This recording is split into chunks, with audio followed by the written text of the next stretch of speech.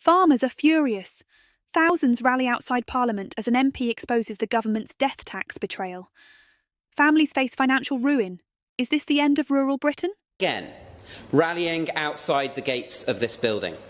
Over the past 6 months, our farmers have repeatedly been told by this Labour government that their way of life is expendable, that their hard work, their sacrifice, their future can simply be priced up and taken away. So is it any wonder why our farmers have shown up in such vast numbers again today? And make no mistake, Mr Chairman, it is not just our farmers outside these gates. Across the country, more than 148,000 people have signed the petition because they know, just as we do on these benches, that the family farm tax is wrong. It is vindictive and it must be scrapped now.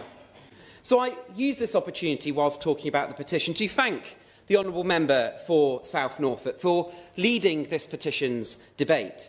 But I have to say, Dr Murison, that I believe that he did a staunch disservice to those petitioners who put their faith in him to lead this debate by not actually forming any opinion based on the strong arguments that he absolutely communicated but didn't form an opinion.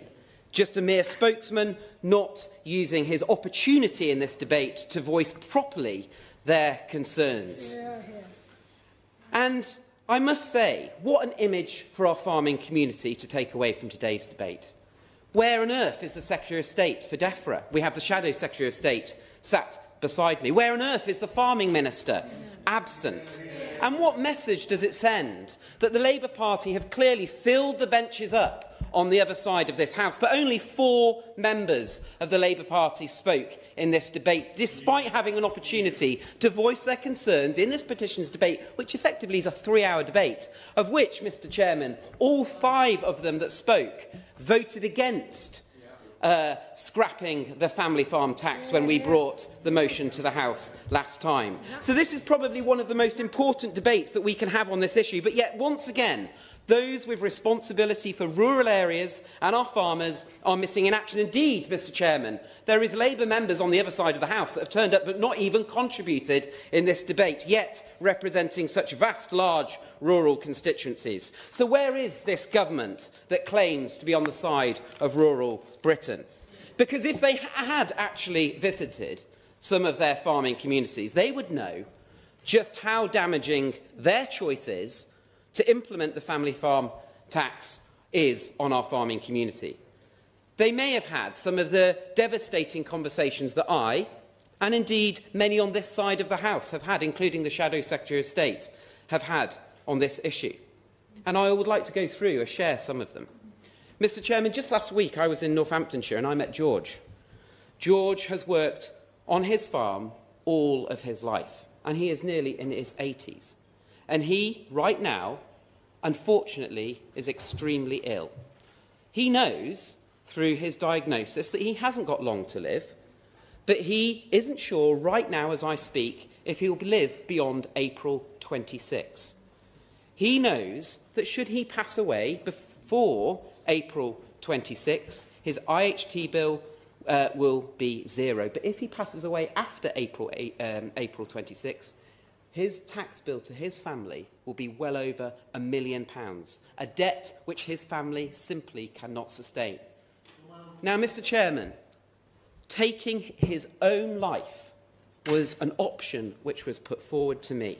Mr Chairman, these are horrific choices, unthinkable amounts of pressure for any individuals or families to be put under, never mind some of the most vulnerable in our society, and I will give way. Who's giving a very powerful speech. It's true that George was given no notice, was he? No ability to plan for this absolute and important impact on his life and everything he's worked for. But isn't it worse than that? Because explicitly he relied on a promise not to do this, and that makes it particularly unforgivable. And I could not agree more. I will just answer this point before giving way. I cannot agree more with the point that has just been made by my right honourable friend, because what the electorate was sold was false promises in the run-up to the general election. They were specifically told that this Labour government would not change agricultural property relief, but that is exactly what they have done. So I will ask the Minister, how will he communicate with George? What does he tell George based on the promises that were given in the run-up to the general election? And will he acknowledge, for I can't believe how many times I have asked this, will the government commit to recording suicide statistics across the farming sector as we move closer to April 26? And if the Minister is so determined to carry on with his family farming death tax, will the Minister at least look at changing the abruptness of this tax's implementation to protect the most vulnerable in our farming community? It cannot just be right that this government is forcing people into these decisions to make. Mr Chairman, another point that has been made is that this tax also hits our next generation. The very young people that we need to be powering our industry forward to the future. So what did the Minister say to Gemma, the granddaughter of a lifelong farmer who has been forced to split up their family's farm, leaving their future in doubt? What did the Minister say to the thousands of young farmers up and down the country, indeed many of those who are right outside this building now, who are in similar situations because of this government's choices? Indeed, I spoke to a few of them outside before coming into this House.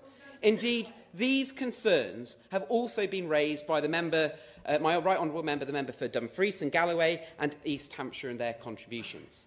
And then there is the tenant farmers, Mr Speaker. Around a third of agricultural land is farmed by tenants.